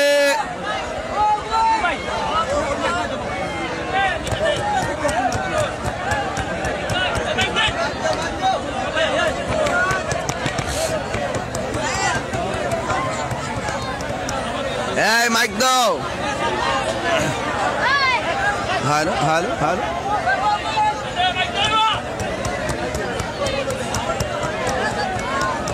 কে রে? হ্যালো হ্যালো,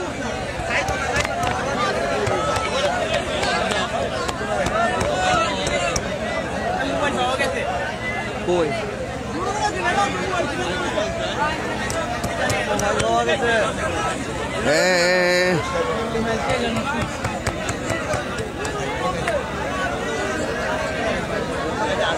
সালাম দো। এ আনাবি সালাম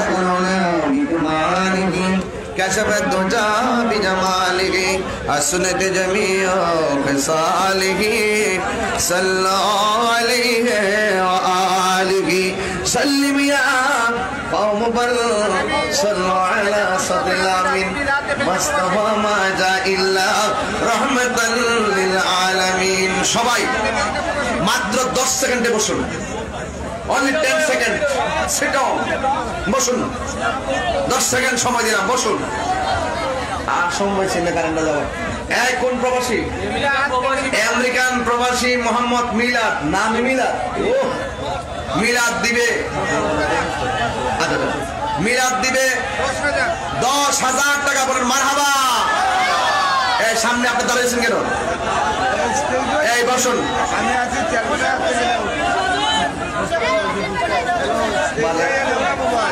আগামী বছর মাহফিলের পোস্টার এই বছর বাবা বসো সবাই মোবাইলের ফ্ল্যাশ লাইট গুলো জ্বালাই দেন যার যার মোবাইলে ফ্ল্যাশ লাইট গুলো জ্বালান আমি দেখতাম কার কার মোবাইল আছে নিতাম না জ্বালা জ্বালা জ্বালা জ্বালা জ্বালা একটা দজল কামু মোবাইল আড়াই যায়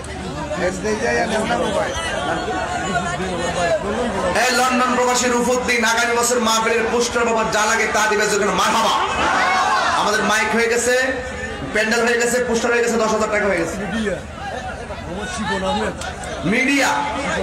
मीडिया दिवे शिफोन अहमद बोलें मरहबा ओ जिसी के लिए महफिल कौनाइन सजी है फिर दूसरे बड़ी जिसी के वसीले से बनी है की लाइट के जरा इसे ना पड़ा अरे बाबा रे ओशा नाई मोबाइल सब लोकल मोबाइल सबाई जान ओ जिसी के लिए महफिल कौनाइन सजी है फिर दूसरे बड़ी जिसी के वसीले से बनी है ओ हाशिमी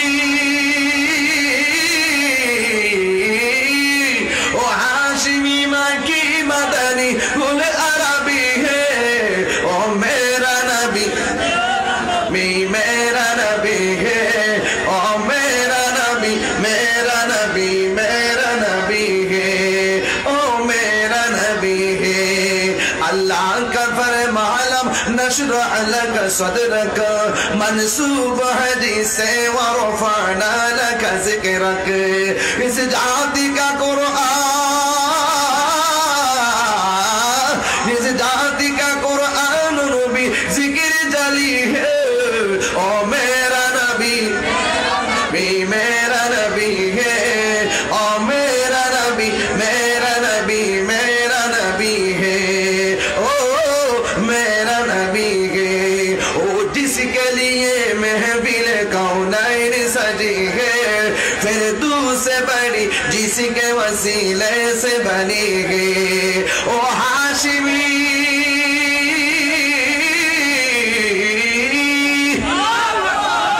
हाशिमी माँ की मदनी उल अरबी है ओ मेरा नबी मेरा नबी है ओ मेरा नबी मेरा नबी मेरा नबी है ओ मेरा नबी है एक जिकिर हो तुम्हें 5 সেকেন্ডে বসুন 5 সেকেন্ডে বসুন কইতাছি তো তোরা তো সবই দাস আমারে কথা লেগে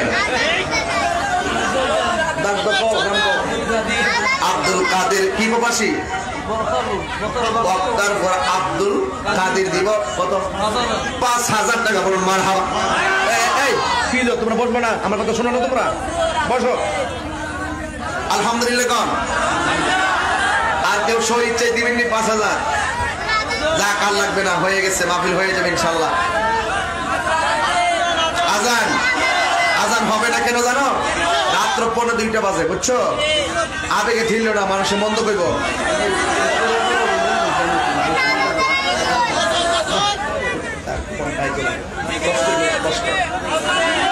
আজান জিকির শোনো শোনো শোনো এই যুবকরা শোনো তোমরা যেভাবে আজান আজান করো এইভাবে যদি নামাজ করতা তাহলে এই কি করে বান্দর বাজার আর 4টা মসজিদে দরকার হইবে নামাজের সময় তো পাওয়া যায় না। ওই যে বলছিলাম না ক্যারাম বোর্ডের কথা, তোমরা ওইগুলোতে দেখা যায়, ক্রিকেট খেলায় দেখা যায়, ফুটবল খেলায় দেখা যায়, ঘোরাঘুরি দেখা যায়। আর নেশা কি চলবো? বাবা চলবে, ইয়াবা চলবে, ডেন্ডি চলবে, ফেন্সি চলবে, গাঞ্জা চলবে? আল্লাহ আমাদের সকলকে বোঝার তৌফিক দান করেন, আমিন কর। এক দুইটা চারটা কলি বলে দেই, নাইলে তারপরে ঘুমাইতো না।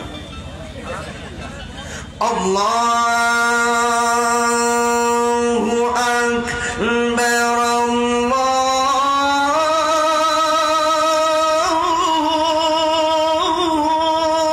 আল্লাহু আকবার।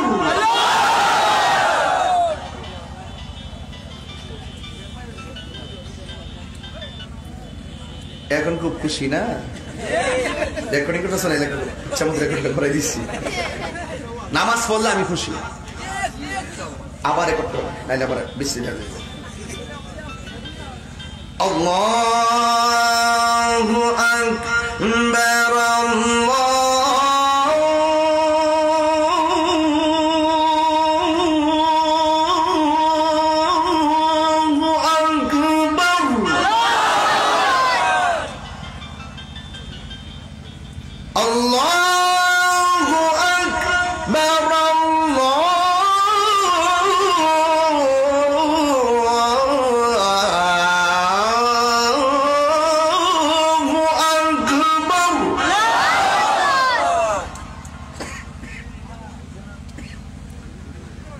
أشهد أن لا إله إلا الله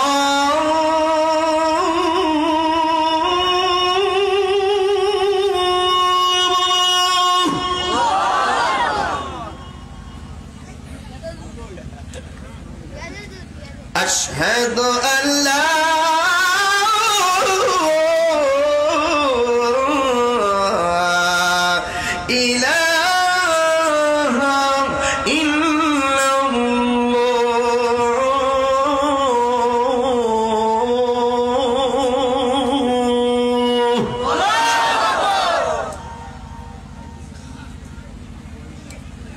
أشهد أن محمدا رسول الله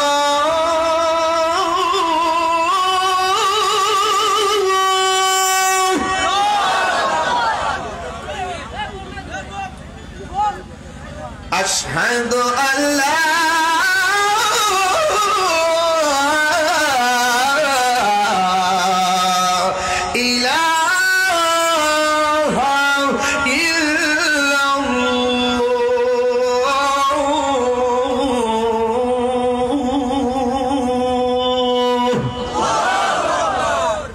খুশি না বেজার?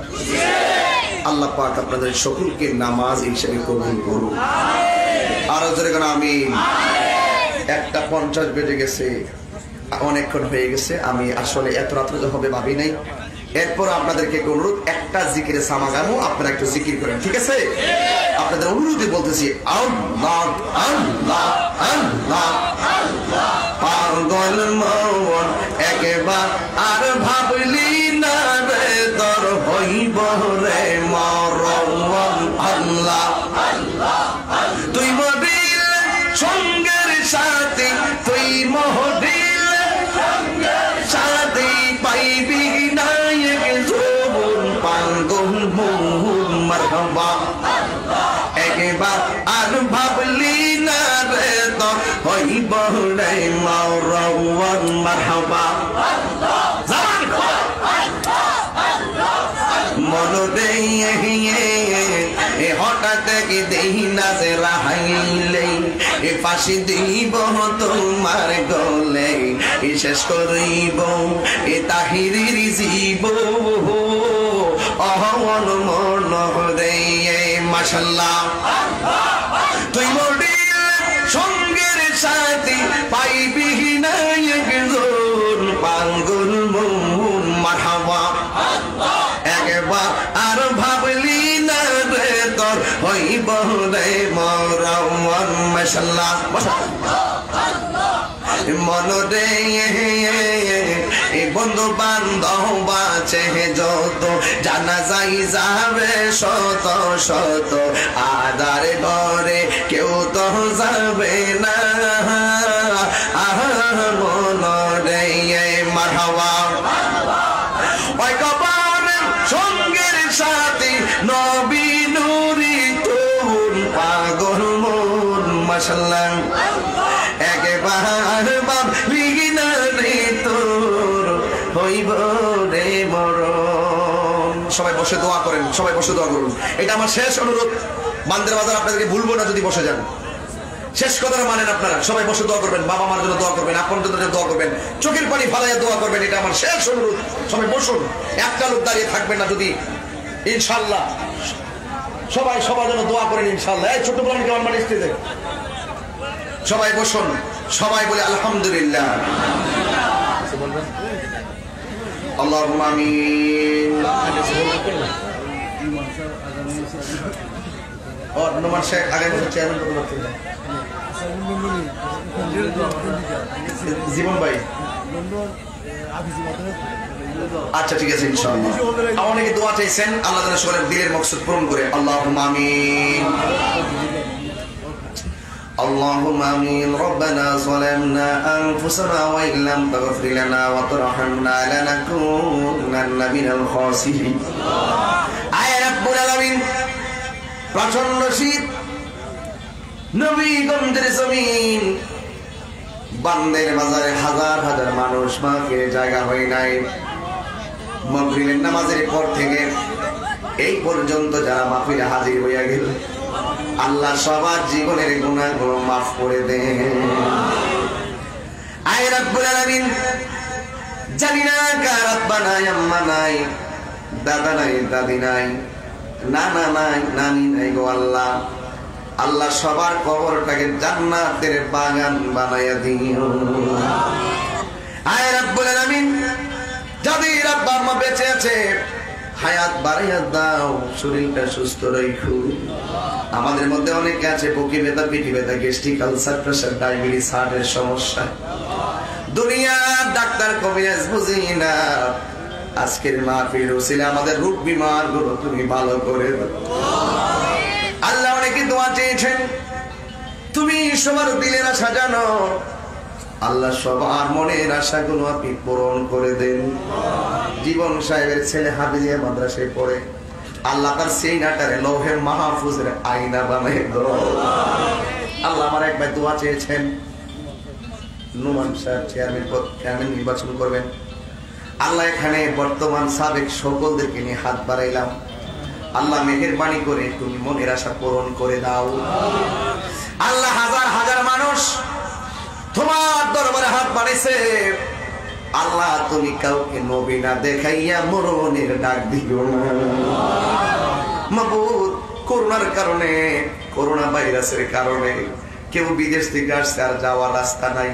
কেউ বিদেশ যাবে, যাওয়ার সুযোগ নাই। আল্লাহ এদের সবার বিপদ আপদ দূর কইরা রিজিকের দরজার তালা খুইলা দাও। এমন টাকার মালিক বানাইয়া দাও যেন বছরে বছরে মদিনায় যাইয়া আমার নবীরে সালাম দিতে পারি।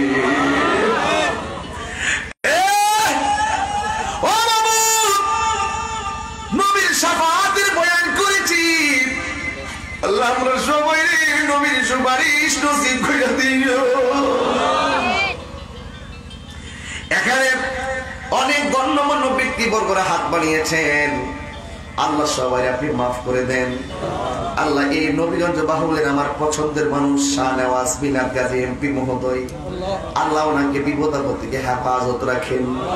আল্লাহ এমন ভাবে যারা হাত বাড়িয়েছে সবার মনের আশা পূরণ করে দেন। জীবনে একবার নবীর দিদার নসিব করে দেন। মাহফিল কমিটিগুলো অনেক কষ্ট করে এই মাহফিলের আয়োজন করেছে নাতাগঞ্জ ইউনিয়ন পরিষদ। আল্লাহ আহলে সুন্নাত ওয়াল জামাতের এই ইউনিয়ন পরিষদের আজকের আয়োজনকে আপনি কবুল করে নেন। যারা টাকা দিয়া, পয়সা দিয়া, জ্ঞান দিয়ে, শ্রম দিয়ে, বুদ্ধি দিয়া এই জান্নাতের বাগান সাজাইলেন, আল্লাহ সবার খেদমতগুলো নাজাতের ওসিলা বানাইয়া দিও। বাড়িতে পর্দানসীন মা বোনদেরকে আবেদা সালেহা বানাইয়া দাও। রাবিয়া বসরে জিন্দেগানি নসিব করে দাও। যেইভাবে বয়ান শুরু করছিলাম, নবীর সুপারিশের পরে নবী কিভাবে বেহেশতে নিয়ে যাবেন, জাহান্নামে নবীর কোনো প্রেমিক থাকবে না, সকলকে তুলে তুলে নবী জান্নাতে নিবেন।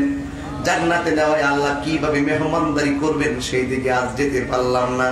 যদি ভবিষ্যতে আসি, জান্নাতের নিয়ামত আর জাহান্নামের ভয়াবহতা নিয়ে বয়ান করবো গো আল্লাহ। ও মাবুদ, শাফাতের কথাগুলো প্রমাণ করে দিয়েছি, আজকের সবারই ধরে নবীর সুপারিশ করতে পারবেন সেই ঈমানটা পয়দা করে দাও আল্লাহ। মেহেরবানি করে এই মাহফিলটাকে কিয়ামত পর্যন্ত নাজাতের উসিলা বানিয়ে দাও। আমার সাথে সাথে সবাই মদিনার ভিখারি হইয়া বলেন, মদিনা যাইতে পারলাম না, মদিনা দেখতে পারলাম না, মদিনা যাইতে পারলাম না, মদিনা দেখতে পারলাম না।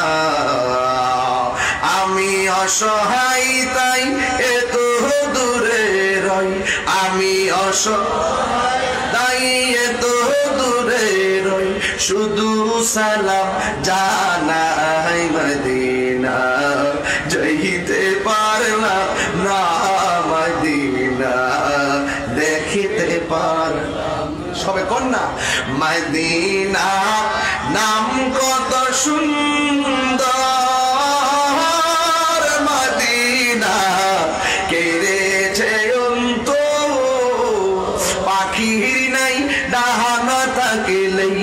পাখির নেই ডানা থাকলেই উড়ে যেতাম সোনার মদিনা যাইতে পারলাম না, মদিনা দেখতে পারলাম না। আল্লাহ এই মাহফিলটাকে কবুল করে নেন আল্লাহ। হয়তো কালেকশন যদি না করতাম, সবই মানুষকে আমি দোয়া করতে পারতাম। এরপরে কালেকশনে একটা ইবাদত, দানশীল ব্যক্তি আল্লাহর বন্ধু, এই বন্ধুর খাতায় যারা নাম তুলছেন প্রত্যেককে আপনি মাফ করে দেন। আমার ডানে বামে গুরুস্থান আছে আল্লাহ মাবুদ, এই গুরুস্থানবাসীগুলো আজকে অনেক আনন্দিত আল্লাহ। এখানে হয়তো অনেক আপন জন তাদের জন্য কাঁদতেছে আল্লাহ। আল্লাহ এই বান্দের বাজারে আশেপাশের গুরুস্থানের কবর আযাব আপনি মাফ করে দেন। আর আমি সবাই আল্লাহর তিনবার ডাক দিয়ে আল্লাহ, জবান সাইরা বলো আল্লাহ আল্লাহ। ওয়া সাল্লাল্লাহু তাআলা হাবিবিল কারীম ওয়া আলা আলিহি ওয়া সাহবিহি আজমাইন। আমরা নামাজি বানাইয়া রোজাদার বানাইয়া নবীর দেখাইয়া দেখাইয়া সবার জবানে মধুর কালিমা জারি করে দিও, লা ইলাহা ইল্লাল্লাহু মুহাম্মাদুর রাসূলুল্লাহ সাল্লাল্লাহু আলাইহি ওয়াসাল্লাম। আসসালামু আলাইকুম ওয়া রাহমাতুল্লাহি ওয়া বারাকাতুহু।